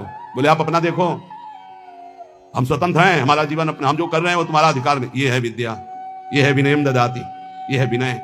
कठोर शब्द बोल रहे हैं माता पिता को, उद्दंडता पूर्वक व्यवहार कर रहे हैं, गुरु का उपहास कर रहे हैं, टीचर का उपहास कर रहे हैं। बच्चों को देखो ना, टीचर का उपहास कर रहे हैं। नम्रता विद्या से आती है, विद्या विनयम ददाति। पढ़ना लिखना ये तभी सार्थक है जब विनय आ जाए। उल्टा हो रहा है, जितना विद्या घमंड बढ़ता चला जा रहा है, अहंकार बढ़ता चला। विद्या रूप महत्व कुल धन जौवन अभिमान, कुछ नहीं मिला, कोई विद्या नहीं। जो जितना विवेकवान, जितना विद्यावान उतना विनयी पाया गया, घमंडी नहीं पाया गया। क्या उल्टा होता है? क्यों उल्टा होता है? क्योंकि गुरुजनों के चरणों में बैठकर विद्या नहीं ली गई है। इसीलिए पहले गुरुकुलों में भेजा था महापुरुषों के समीप, वहां विद्या विनय प्रदान करती थी। रजोगुण रहित जीवन, ऋषियों के समुदाय में एक भागवतिक वातावरण। नम्रता, फिर है सबसे प्रीति, सब जीवन सुप्रीति रीति निभाता अपनी, सबसे प्रेम का व्यवहार, लेकिन निष्काम, किसी से कोई कामना नहीं। फिर यम में आता है प्रसन्नता, संतुष्टायन के, हर स्थिति में तुम्हारा मन प्रसन्न होना चाहिए। फिर मधुर वाणी, जब बोलो हंस बोले बहु मान दे, परुख वचन का बहु न कहा। और कोमलता, हृदय बड़ा कोमल होना चाहिए। ये 10 लक्षण यम कहलाते हैं। कहा जाता है ना, यम यमों का पालन करने से ही भगवत प्राप्ति होती है। तो अक्रूरता, क्षमा, सत्य, अहिंसा, दान, नम्रता, प्रीति, प्रसन्नता, मधुरवाणी, कोमलता, ये 10 यम है और ये 10 नियम है। शरीर की पवित्रता, वस्त्र की पवित्रता और मन की पवित्रता, तीनों पवित्र होने चाहिए। बिल्कुल ऐसे पशुता, हाथ कोई धो ले तो बड़ी बात है, पहले जल लेके साधु लंगोटा सोटा कमंडल, ये बिल्कुल अब इतना वीआईपी है कि कमंडल रखना बेइज्जती की बात हो जाएगी ना। बाबा जी कमंडल कैसे? कमंडल है, डंडा है, बंधा लंगोटा, काछ वाच मन निश्चल राखे, धन धन जननी तेरी। रास्ते में लघु शंका लगी तो कैसे हो गए? आचमन करना है, मूत्रेंद्रिय का प्रक्षालन करके, हस्त प्रक्षालन करके, आचमन करके, तप है, पवित्रता का ऐसे पूरा शुद्ध वातावरण। शरीर अपवित्र, वस्त्र अपवित्र, मन अपवित्र। नियम, सबसे पहला नियम पवित्रता। शरीर पवित्र, वस्त्र पवित्र, विचार पवित्र, कितना बढ़िया जीवन होता। दूसरा नियम में है यज्ञ। तो यज्ञानाम जप यज्ञ, उसमें सबसे बड़ी यज्ञ है जप यज्ञ। राधा राधा राधा, नियम ले लो जप यज्ञ का। नियम में तीसरा है तप। अपने धर्म का पालन करते हुए जो आपको कष्ट मिलता है उसको सहना तपस्या कहते हैं। जैसे आप प्रातःकालीन बेला में, प्रातःकालीन क्या, अर्धरात्रि बेला में जगते हैं। प्रातःकाल तो 4 बजे से होता है, यहां तो अखंड कीर्तन ही चलता रहता है। पर रोड में हम जब 2 सवा 2 बजे उतरते हैं तो 10-20 हजार लोग खड़े होते हैं और सब साधक जन सेवा में रहते हैं। तो इसका मतलब 1 बजे जगे होंगे, तब तो वहां सेवा में पहुंचे। और वो लोग तो हो सकता है कोई 12 बजे से खड़ा हो, कोई 11 बजे से, कोई 1 बजे से। अब जो नींद नहीं लिया, जो कष्ट से, इससे तपस्या के, इससे पाप क्षीण होते हैं, इससे बहुत लाभ प्राप्त होता है। ये बाहरी तपस्या है। समय से स्नान करना, चाहे गर्मी हो चाहे सर्दी हो, समय से अपनी दिनचर्या में आना, चाहे जितना कष्ट हो, ये बाह्य तपस्या में होता है। भोजन आदि ना मिल पाना, फिर भी अपनी दिनचर्या करना। और आंतरिक तपस्या मानी जाती काम, क्रोध, लोभ आदि को सहना। इनको सहना आंतरिक तपस्या कहे। इन तपस्याओं के अलावा और भी बहुत सी तपस्याओं का वर्णन, पर वो खास बात नहीं। आए हुए वेग को सह जाए सो महात्मा। काम के वेग को, क्रोध के, लोभ के, मोह के वेग को जो सह जाए, ये सबसे बड़ी तपस्या। नियम पवित्रता, नियम जप, नियम तप, कष्ट सहने का स्वभाव, नियम दूसरों को सुख देने का स्वभाव। आओ बैठो बैठो, मृदु भाषण। आप जल पिएंगे? श्री जी का कुछ भोग लगा, आप थोड़ा प्रसाद पा लीजिए। मृदु व्यवहार, सरल व्यवहार। स्वाध्याय नियम, आपका नियम होना चाहिए स्वाध्याय का। ये नियम के अंतर्गत आते। स्वाध्याय नियम पूर्वक।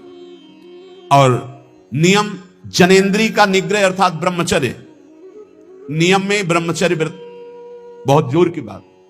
गृहस्थ है तो संयम पूर्वक विरक्त है। जनेन्द्रीय का संयम ब्रह्मचर्य और मौन व्रत, वाणी का मौन व्रत, ये नियम। और अल्पाहार का नियम या उपवास का नियम, बहुत बड़ा भजन में इसका प्रभाव पड़ता है। आपका अधिक भोजन पाने से जो भजन में शक्ति लगनी चाहिए वो भोजन पचाने में लगती है, इसलिए भजन में रुचि नहीं होगी। ध्यान रखना, या तो अल्पाहार और या फिर कभी कभी उपवास, पर सेवा नहीं छोड़ना। श्री सुदामा दास जी महाराज सुदामा कुटी के स्वयं आटा मांग कर लाते, स्वयं उपला बिनते, फिर रोटियां बनाते, फिर संतों को पवाते। उनकी मेहनत ऐसा रंग लाई कि तब से लेके आज तक शास्त्रों संतों की सेवा ऐसे होती रहती है। अपरिचित कोई भी संत जाए, पाए और बना रहे, बारंडा बड़े बड़े बने, आसन लगाए, 10-5 दिन खाए पिए पड़ा रहे, आज भी वो सेवा चल रही। संत सेवा अगर मिल जाए, परोसना है, पत्तल उठाना है, पोछा लगा, ये अहोभाग्य समझा जाए। इसको ऐसा ना समझा जाए कि एकांत में बैठकर भजन करना ज्यादा अच्छा है, लेकिन इनके बीच नहीं। मन की गति को संभाल पाना बहुत कठिन है। आज एकांत के लिए, भजन के लिए कर रहा, कल एकांत के लिए, भोग के लिए कहेगा, इसका कोई विश्वास नहीं। गुरु प्रदत्त दिनचर्या को कभी ना तोड़ा जाए। 10 वर्ष एक ही दिनचर्या चलाई जाए, मन शांत हो जाएगा, अपने आप देख लेना। ये नियम है। अल्पाहार, नियम बना लो अल्पाहार का। एक साधु की, साधक की दिनचर्या भोजन की होनी चाहिए। इतनी रोटी, इतना चावल, इतनी सब्जी, इतना दाल, नियम है, उतना ही पाना है। कुछ भी हो, अच्छे से अच्छा पदार्थ हो, एक नियमावली भोजन की होनी चाहिए।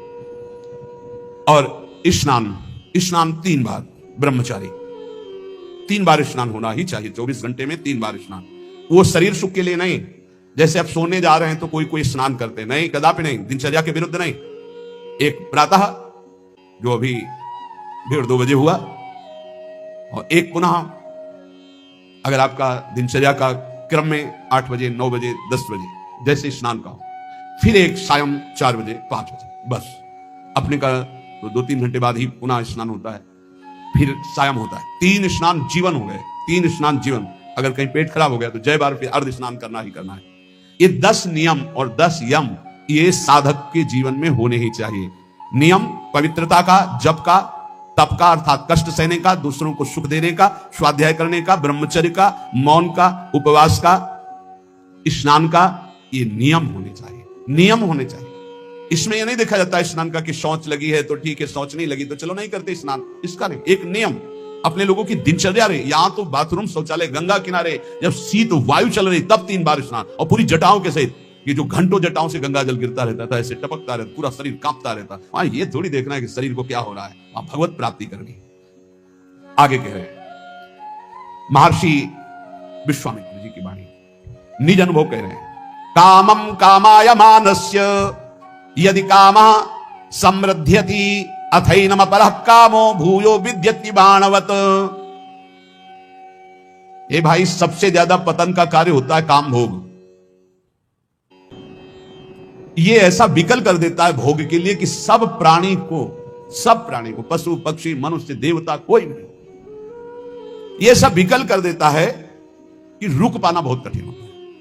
फिर जहां उसको भोगा गया तो उसकी नवीन कामना, फिर नवीन कामना, फिर नवीन कामना। यदि कामा समध्यति तो अथैनम अपरः कामो भूयो विद्यति बाणवत। बाण के समान हृदय को बेधता रहता है काम, बार बार बार बार। इसलिए जिसको काम वेदना पर शांति प्राप्त करनी तो उसे भोगना बंद करना पड़ेगा। जैसे कुम्हार अपनी मटकी को खूब ठोक बजा के देख लेता है कहीं से फूटी तो नहीं, तब बाजार में रखता है, ऐसे ही भगवान और गुरुजन ठोक बजा के देख लेते हैं बिल्कुल पक्का, तो जा अब जा, तुझे माया त्रिभुवन में त्रिकाल में भी कभी परास्त नहीं कर सकती। देखो एक चीज ध्यान रखना, गुरुजनों की आंतरिक वृत्ति को पहचानना चाहिए, इनकी इच्छा क्या है, गुरुजनों की इच्छा को समझो। जैसे भगवान नाना प्रकार की भोग सामग्री सामने भेजेंगे तो आप सोचो कि भगवान के द्वारा ही तो भेजी हुई, नहीं, आपको देखना है भगवान की इच्छा क्या है। तो गीता पढ़िए, गीता जी में भगवान आप बोल रहे हैं ऐसा करो ऐसा ना करो। ऐसे गुरुजन जब बोलते हैं तो उनकी बात पकड़ो, इसके बाद वही सामग्री आपको देंगे, ये लो ये लो ये लो, तो आपको पकड़ना नहीं। आपने कहा था नहीं नहीं आप लीजिए खाइए, आप कह तो रहे लेकिन आपने कहा था कि नहीं खाना, तो हम ही कह रहे हैं खाइए ना। हमें लगता है आपने कहा था कि नहीं खाना तो हमें नहीं खाना चाहिए, तो देख लो फिर तुम जैसा। अंदर अंदर वो खुश हो रहे हैं, शाबाश शाबाश निकल जा निकल जा। नहीं मान लो आप खा लीजिए ना, जी हमारा आपने कहा था नहीं खाना चाहिए, वो बहुत सुंदर चल रहा है, चलो भाई ठीक है। उस समय सोचिएगा नहीं कि नाराज हो रहे हैं, पक्की मानिएगा ये सिर्फ आपको ठोक बजा कर देखा जा रहा है। बहुत खुश है वो इस बात से कि आपने संसार के विषयों का त्याग भगवान के लिए किया। सच्ची मानिए, हृदय से आशीर्वाद होता है, हृदय से आह्लाद। बाहर से ऐसे हम भले कैसे यार हम ही तो कह रहे थे खा लेते ना, अब आप कह रहे हो तो, पर आपने ही कहा था कि बार बार उस बात को जो उन्होंने उपदेश किया है उस बात को याद दिलाता रहे। उससे क्या होगा, आप परिपक्व हो जाएंगे। कभी ये मत समझ लो जैसे आदि गुरु भगवान शंकराचार्य जी मछली खाए तो और लोगों ने मछली, जो शिष्य थे, फिर कांच पिया तो उनकी सामर्थ्य के बराबर हमारे सामने, वो जो बोल रहे हैं उसको पकड़ो। ऐसा कई बार हुआ। राधाचरण जी से जब कहते इतनी तुम्हारी हालत ऐसी, आप चले जाओ, बोले डॉक्टर ने कहा दिल्ली ही आना पड़ेगा, तो उनका चले जाओ। तो उन्होंने कहा महाराज जी आपने सत्संग में कहा था कि प्राण चाहे निकल जाए वृंदावन से नहीं जाना, तो हम ही तो कह रहे हैं। नहीं महाराज जी आपने ही कहा था वृंदावन से नहीं जाना, तो अब ले जाएंगे। नहीं हम ही कह रहे हैं आप चले जाओ, आप यहां जरूर कह रहे हो लेकिन फिर सत्संग में आप फिर कहोगे कि धन्य है उसका जीवन जो मरणासन वृंदावन वास कर। महाराज जी अब नहीं जाएंगे। देख लो भाई, रोग भी वो जो सड़न हुई थी अपने आप ठीक हो गई, और इस समय श्री जी की सेवा में है। ये सब हितजू के महल में विराजमान है, सब हरिवंश महाप्रभु के। श्री हरिवंश शरण जे आए, श्री वृषभान कुंवर नंद नंदन निज कर अपनी चिट्ठी चढ़ाए। न जातु कामा कामानाम उपभोगे न साम्यति, हविषा कृष्ण वर्तमेव भूय एवाभिवर्धते, कामान अभिलषन् मोहान न नरः सुख मेधते। जो कभी ये सोच लेता है कि एक बार भोग लूं मेरी इच्छा शांत हो जाएगी, बहुत धोखे में हो गया, दलदल में कूद गया। अब जैसे आग में घी डाल दे तो प्रज्वलित हो जाती, जे ही भोग की कामना से भोग मिला वो आग पैदा हो गई कि वो भ्रष्ट होता चला जाएगा। इसलिए उपासक को चाहिए कि जब सैकड़ों बार भोग के रोकेगा तो सैकड़ों दिन रोना पड़ेगा, तब जाके कहीं ठीक हो गए। उसका पाप भी बन गया, उसका अभ्यास बन गया, उसका स्वाद मिल गया, बहुत समय लगेगा। और पहली बार में ही यदि रोक लिया तो ऐसे चट से निकल जाओगे। इसलिए भोग की आकांक्षा उत्पन्न होने पर उपासक को पहली वृत्ति में ही रोक लेना चाहिए। यह ना सोचे कि भोग भोगने के बाद शांति मिल जाएगी, नहीं, ऐसे दलदल में फंस जाओगे, फिर निकलना मुश्किल हो जाएगा।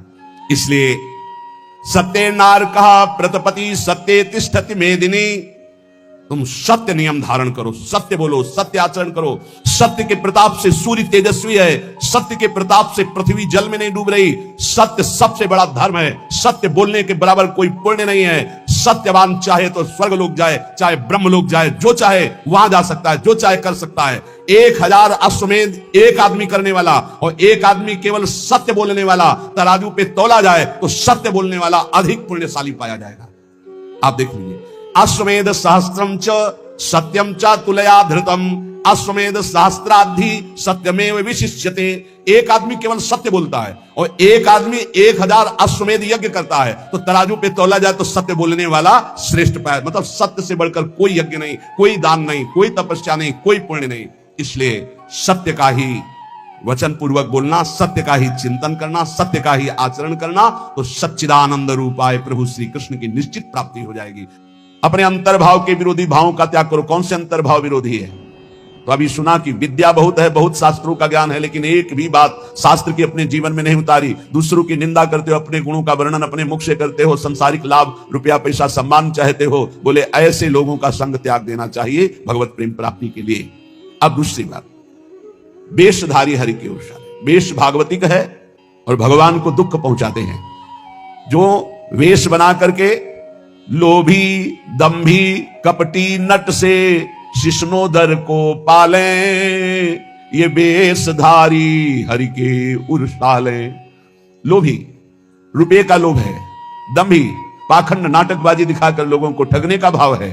और कपटी, बड़े कपट हैं, अंदर से और कुछ, बाहर से और कुछ। और नट जैसे विविध प्रकार की कलाएं दिखाकर लोगों को आकर्षित करके धन लेता है। ऐसे जो हैं वेश धारण की हुई हैं, पर दंभ करते हैं, लोभ करते हैं, कपट करते हैं, पाखंड करते हैं, नट सा नाटक दिखाकर लोगों को आकर्षित करते हैं। शिष्णोदर को पालें, शिष्ण कहते हैं जनेन्द्री को, उदर संबंधी रसेंद्री। बोले जो जिह्वा और काम भोग के गुलाम हैं वो भगवान को बहुत दुख देते हैं, क्योंकि भगवत पार्षद वेश धारण करके वो ऐसा करते हैं। गुरु भयो घर घर में डोले, नाम धनी को बेचे, परमारथ सपने नहीं जाने, पैसन ही को खींचे। देखो सिद्ध पुरुष भगवत मार्ग के सिंह हैं। इनकी दहाड़ से काम, क्रोध, लोभ, मोह, मद का पोषण करने वाले हृदयों में भय पैदा हो जाएगा। नहीं संभल पाएंगे तो द्वेष पैदा हो जाएगा। ये महापुरुषों की वाणी है। ये तभी सुनाई जा सकती है जब हृदय में धारण की जाए, तभी सुनी जा सकती है जब हृदय में धारण करने की लालसा है, अन्यथा न सुनाई जा सकती है और न सुनी जा सकती है। तो बोले गुरु भयो घर घर में डोले, नाम धनी को बेचे। घर घर जाकर दीक्षा दे रहे हैं, किस लिए? जगत मंगल के लिए नहीं कि चलो अगर 10-20 बार भी नाम जप करेगा इसका मंगल हो जाएगा। ये गुरुजनों का भाव होता है।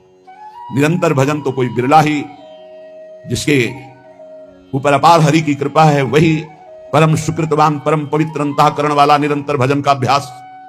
अगर कुछ भी भजन करता है भाव कुभाव अनखालसौ, तो नाम जपत मंगल की सिद्धसौ। इसलिए ले भैया कंठी बांध, 10-20 बार भी नाम जप करेगा तो तेरा मंगल हो जाएगा। मेरे हरि का नाम ऐसा भाव अलग चीज है, ध्यान रखना। गुरु भयो घर घर में डोले, नाम धनी का बेचे, परमार्थ सपने नहीं जाने, पैसन ही को खींचे। परमार्थ का स्वप्न में भी ज्ञान नहीं, केवल पैसा कमाने के लिए गुरु मंत्र देना, कंठी बांधना। बोले ऐसे ये वेशधारी हरि के उर्साले, ऐसे वेशधारी भगवान को दुख देते हैं। ऐसे लोग कबहू का वक्ता हुए बन बैठे, कथा भागवत गावे, अर्थ अनर्थ कछु नहीं भासे, पैसन ही को धावे। कथा करने वालों को जानते हो क्या कहा गया है? भूरिदा जना तव कथामृतम तप्त जीवन, कवि भीरीडितम कल्मषापहम, श्रवण मंगलम श्री बुधादितम। परम मंगल करने वाले ये बड़े दानी हैं जो भगवान की चर्चा सुनाते हैं समाज को। कोटिशाह इनके चरणों में प्रणाम है। जो निष्काम भाव सबके हृदयों में भगवान का कृपा प्रसाद उदय हो, श्रवणेंद्री के द्वारा हमारे भगवान की चर्चा सुने और मोहमल पाप का नाश करके भगवत प्राप्ति के मार्ग में अग्रसर हो, इस भाव से जो भगवान की कथा सुनाते भूरिदा दना, वो बहुत बड़े दानी हैं। भगवत चर्चा सुनाने वाला बहुत बड़ा दानी है और उसे हम भगवान से भी अधिक सम्मान करते हैं, क्योंकि वो मेरे प्यारे लाडले प्रीतम की चर्चा सुनाता है। जो प्रीतम की चर्चा सुनाता है, प्रीतम का अद्भुत नाम रूप लीला धाम का सुख प्रदान करता है, वो प्रीतम से भी बढ़कर हमें प्यारा है। एक तो ये, दूसरा ये कि अर्थ अनर्थ कछु नहीं जाने। उनको पता ही नहीं है कि इस श्लोक का वास्तविक अर्थ क्या है, खुद पता नहीं। कभी कभी ऐसे लोग वक्ता होकर के बन बैठते हैं, भगवान की कथा का अर्थ का अनर्थ करते रहते हैं। इनको अर्थ अनर्थ से कोई मतलब नहीं, पैसा नहीं को धामे। बात ध्यान रखना। एक है भगवत कथा करने वाले भूरिदा जना, जो जगत मंगल करने के लिए भगवान की चर्चा करते हैं। हम भगवान की चर्चा कर रहे हैं भगवान की प्रसन्नता के लिए, जगत मंगल के लिए, तो वो कैसे हैं? बोले भूरिदा जना। हमारा मार्ग प्रशस्त हो रहा है अध्यात्म का, परमार्थ का। और परमार्थ का जब मार्ग प्रशस्त हो रहा है तो स्वार्थ की पूर्ति तो जगन नियंता भगवान कह रहे हैं योगक्षेमम भाम्यम, अपने आप पूर्ण करते हैं, हमें उसकी चाह करने की जरूरत नहीं। लेकिन जिनको ना भगवान से मतलब, ना भगवान के प्रेम से मतलब, केवल अपने स्वार्थ की पूर्ति से मतलब, भगवत ऋषि जी उनको ताड़ना दे रहे कठोर शब्द में, कह रहे कबहू कवक्ता होए बनी बैठे, कथा भागवत गावे, वो अर्थ अनर्थ कछु नहीं भाषे, पैसन ही को धामे। कोई अर्थ से मतलब नहीं। भागवत क्या कह रहे हैं? अनर्थकारी वचन, जो मन आवे सो बोले, केवल पैसा, केवल पैसा। तो बोले क्या हुआ? बोले वेशधारी हरि के उर्शाले, ये भगवान के हृदय को दुख प्रदान करने वाले, ये चोट पहुंचाते हैं। भगवान के दासत्व का स्वरूप धारण करके उल्टा मार्ग ग्रहण करना। बोले ऐसे लोग कभी कभी एक और लीला करते हैं, कबहू का हरि मंदिर को सेवे करे निरंतर वासा, भाव भगति को लेस न जाने पैसन ही की आशा। जो भगवान की सेवा करते हैं, एक एक सेवा का बहुत बड़ा महत्व है। पीछे जो रोज सत्संग सुनते हैं, काफी समय पहले चर्चा हुई थी कि जो प्रिया प्रीतम की सेवा करते हैं उनकी समानता पूरे विश्व की परिक्रमा करके अमुक अमुक यज्ञ, अमुक अमुक दान, ये 16वीं कला के बराबर नहीं। जो भगवत सेवा करते हैं उनकी समानता नहीं कर सकता कोई, दान पुण्य तपस्या उसकी बराबरी नहीं कर सकता। जो प्रभु को चमन कर रहे हैं, प्रभु को व्यजन कर रहे हैं, प्रभु को स्नान करा रहे हैं, प्रभु को एक एक फूल का श्रृंगार कर रहे हैं, धन्य है उनका जीवन जो भगवान की सेवा में। इसी सेवा पद्धति के बल से अम्बरीश जी ने वो पदवी हासिल की थी कि भगवान के दरबार में अम्बरीश जी की चर्चा हो रही थी कि इस समय मृत्युलोक में सर्वश्रेष्ठ महापुरुष अम्बरीश जी महाभागवत, क्योंकि वो अपने हाथ से मार्जन करते थे, पोछा लगाते थे, सोहनी लगाते थे, चक्रवर्ती सम्राट होते। भगवत सेवा कोई साधारण बात नहीं। यहां क्या कह रहे हैं? कबहू का हरि मंदिर को सेवे, कभी भगवान के मंदिर में वास करते हैं, भगवान का श्रृंगार करते हैं और भाव रखते हैं कि लोग आएंगे, पैसा का ही लक्ष्य। कबहू का हरि मंदिर को सेवे करें निरंतर वासा, भाव भगति को लेस न जाने पैसन ही की आशा, वेशधारी हरि के उर्शाले। ऐसे वेशधारी भगवान के हृदय को चोट पहुंचाते हैं।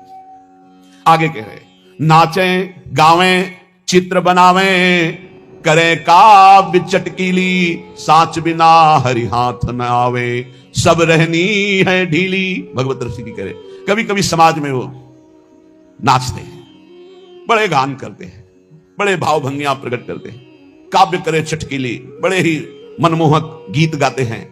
तो बोले साच बिना हरि हाथ न आवे, सब रहनी है ढीली।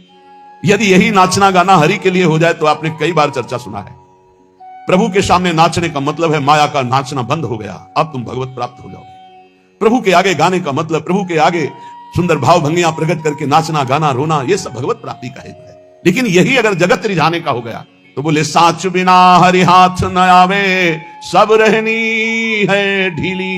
रहनी ढीली है, किसी महापुरुष के शासन में नहीं रहे, इसलिए कच्चाई सच्चाई से बहुत दूर हो गई है। सेवक जी भी महाराज कह रहे हैं नाचत यति रसाल, ताल न शोभित प्रीति बिनु, जन बीधे जंजाल, श्री हरिवंश कृपा बिना। बहुत सुंदर नाच रहे हैं, लेकिन वो हरि के लिए नहीं, जगत रिझाने के लिए नाच रहे। तो ऐसा लगता है जैसे जाल में कोई बिंद गया और वो हटाना चाहता है जाल, उससे हरि नहीं प्रसन्न होते। नाचत अति रसाल, ताल न शोभित प्रीति बिनु। और प्रेम में भरकर जो प्रभु के सामने नृत्य करते हैं तो प्रभु अपने आप को न्यौछावर कर देते हैं। एक से एक महाभागवत प्रभु के आगे नृत्य किए। पर ये नाचना हरि के लिए और ये नाचना जगत के लिए, जगत को दिखाने के लिए, जगत को रिझाने के लिए। नाचें गावें चित्र बनावें, करे काव्य चटकीली, साच बिना हरि हाथ न आवे, सब रहनी है ढीली। इसलिए बिन विवेक वैराग्य भक्ति बिनु, सत्य नए को मानो, भगवत विमुख कपट चतुराई, सो पाखंड नहीं जानो। यदि विवेक नहीं, वैराग्य नहीं, भक्ति नहीं तो सब पाखंड है, नाटक है। स्वांतर भाव विरोधिनी, एक तो काम क्रोध लोभ मोह मद मत्सर, और दूसरे ये जब हम परमार्थ में चलते हैं तो ये दंभ पाखंड बनावटीपना, ये हमें अंतर्भाव से विमुख कर देता है, ये बहिर्मुख करके भगवत विमुख कर देता है। इसलिए श्रीपाद प्रबोधानंद जी महाराज कह रहे हैं स्वांतर भाव विरोधिनी व्यवहृति सर्वासनिष्टेज्यताम। फिर ध्यान दीजिए, कोई भी दोष त्यागने के लिए धीरे धीरे उपाय कीजिए। जैसे आपको कोई व्यसन छोड़ना है तो 15 दिन ले लिए, 1 महीना ले लिए। अब 1 महीने में अभ्यास के द्वारा उसे छोड़ दो, और जहां छोड़ दो फिर जिंदगी में दोबारा उसे स्वीकार मत करो। शनै त्यज्यताम, धीरे धीरे विषयों का त्याग करें। ये सहसा जो ना आज ये कसम वो कसम वो कसम, 10 दिन में सब भूल गए फिर वैसे चलने लगे, ऐसे नहीं चला जाता। बहुत ठोस कदम उठाते, धीरे धीरे धीरे धीरे अरुचि पूर्वक विषयों में अरुचि आ जाए, एक एक कदम धीरे से सुदृढ़ बढ़ाते हुए आगे चले जाओ। स्वांतश्चिंतित तत्वमेव सततम सर्वत्र संधीयताम, अंतर में जो हमारा चिंतनीय तत्व है सी प्रिया प्रीतम जो, तो सततम सर्वत्र संधीयताम, जिधर देखो उधर उनको देखने की वृत्ति लाओ। चिद चिद लक्षणम सर्वम राधा कृष्णमयम जगत, अरे इसके भी हृदय में प्रिया प्रीतम है, इसके भी हृदय में प्रिया प्रीतम, जो सामने आवे इसके भी हृदय में प्रिया प्रीतम है। स्वांत, ये सिद्ध होने के लिए अत्यंत आवश्यक है। स्वांतर भाव विरोधनी व्यवहृति सर्वा सनित्यज्यताम, अंतर्भाव में जो हमें गुरुदेव ने भाव देह की प्राप्ति के लिए मंत्र दिया, उपासना दी, भाव दिया, उसके विपरीत व्यवहारों का त्याग करना है। हम बिके हुए हैं, हमारा स्वतंत्र जीवन नहीं है, हम इष्ट और गुरु के बिके हुए हैं। हमको वही व्यवहार करना है जो इष्ट गुरु की प्रसन्नता का हेतु हो। उसके विपरीत हमारे में जो जो दोष हैं, हम धीरे धीरे उनका त्याग कर रहे हैं, धीरे धीरे हम ऊपर उठते जा रहे हैं, ऐसी भावना से चले। और स्वांतश्चिंतित तत्वमेव सततम सर्वत्र संधीयताम, जो हमारा उपास्य देव है वो सब में विराजमान है, ऐसा भाव कीजिए। सिय राम मैं सब जग जानी, करो प्रणाम जोरी जुग पानी। गोस्वामी तुलसीदास जी, भगवान शंकर जी कह रहे, चिद चिद लक्षणम सर्वम राधा कृष्णमयम जगत, चेतन अचेतन सब में राधा कृष्ण विराजमान है। स्वांतश्चिंतित तत्व प्रिया प्रीतम और सततम सर्वत्र संधीयताम, जहां भी दृष्टि जाए वहां अपने आराध्य देव की देखने का अभ्यास करें। तद भावे क्षणतः सदा स्थिर चरिन्यादृक् तिरोभाव्यताम, जब आप सर्वत्र अपने प्रभु को देखेंगे तो उपासना में प्रथम आपको पहले जड़ चैतन्य देखेगा, फिर इष्ट भाव, और जब सिद्धावस्था आती है तो जड़ चैतन्य कछु नहीं दीखत, जित दीखत तित श्याम खड़े, व्यूहल बिकल सभार न तन की, घूमत नयना रूप भरे। जिधर देखता है अपना प्रीतम, न जड़ न चैतन्य। तो बोले तदभावे क्षणतः सदा स्थिर चरिन्यादृक् तिरोभाव्यताम, अब तिरोभाव हो गया जड़ चैतन्य का, जिधर देखता है अपना इष्ट। ये सिद्ध पुरुष की स्थिति है। इसलिए वृंदारण्य विलासिनोर निशिदिवा दास्योत्सवे स्थीयताम, रात दिन वृंदावन विलासी श्री श्यामा श्याम के दास्योत्सव में मगन रहो, उनकी सेवा सुख में मगन रहो, उनके सुमिरन में मगन रहो। ये गर्व करो कि हम श्री श्यामा श्याम के अनन्य हैं, हम श्री श्यामा श्याम के दास हैं, हम श्री श्यामा श्याम की दासी हैं। भाव देश में मगन। ये भाव क्यों हमारे अंदर नहीं आ पा रहा? संतवाणी, ये तृष्णा, भोगे हुए भोग को भोगने की तृष्णा, ये हमारे अंदर भाव नहीं पैदा होने दे रही। जहां हम कमर कसते हैं कि आज से हम ठीक से चलेंगे, कोई गलती नहीं करेंगे, फौरन माया अनुकूलता प्रदान करती है। फौरन लो, आज से कोई भोग का विरोध नहीं होगा, हर भोग भोग लीजिए। और जहां भोगा तो फिर शिकंजा कसा उसकी, फिर उत्तराहिमाम पुकार प्रभु, ता फिर कृपा होती है, फिर वो एकदम चैन शांति मिलती है, ता फिर वो कहती है ये लो, फिर ही भोगो, कोई दिक्कत नहीं। तो फिर वो बस यही तृष्णा। जीरियंते जीर्यता केसा दंता जीरियंते जीर्यता, जीविता सा धना साच जीर्यतोपि न जीर्यति। शरीर जीर्ण हो जाता है भोगते भोगते, पर भोग की आशा जीर्ण नहीं होती। यह है पापिनी तृष्णा। शरीर बुढ़ापे से युक्त हो गया, लेकिन मनी राम बुढ़ापा अनुभव नहीं करते कि मैं बूढ़ा हो गया हूं। नहीं, जैसा जवानी में वैसे ही वो उद्दंडता करने का मन करता है। जीर्यंती जीर्यता केशा, इनको साधना के द्वारा मारना पड़ेगा, या अवस्था से शांत नहीं होंगे। तो कह रहे जीर्यंती जीर्यता केशा दंता जीर्यंती जीर्यता, बाल सफेद हो गए, दांत गिर गए, आंखों में दिखता नहीं, बुढ़ापा आ गया, लेकिन तृष्णा वैसी ही है भोगों की, वो पुरानी नहीं हुई, वो नवीन बनी रहती है। इसलिए ये जो सदैव तृष्णा नवीन रूप धारण करती है, ये जैसे वस्त्र में सूत ओतप्रोत है, ऐसे ही अंतःकरण में तृष्णा ओतप्रोत है। समझ में ही नहीं आता, खाते खाते दांत खत्म हो गए, नकली दांत लग गए, देखते देखते आंखों में ऑपरेशन होकर नई शीशे चढ़ गए, और शीशा लग गया, चश्मा लग गया, कान में मशीन लग गई, सब, पर वो वासना नहीं गई। वही तृष्णा भोगों की, वही मकर ध्वज भस्म खा के, सोने चांदी की भस्म खा के अभी और कुछ संसार का स्वाद लेना है। ये हम नहीं, शास्त्र कह रहा है। और आप अपने हृदयों में, और हम सब अपने हृदयों में देखें, भगवत प्राप्ति में ये तृष्णा डाइन सुरसा की तरह मुंह बढ़ा रही है।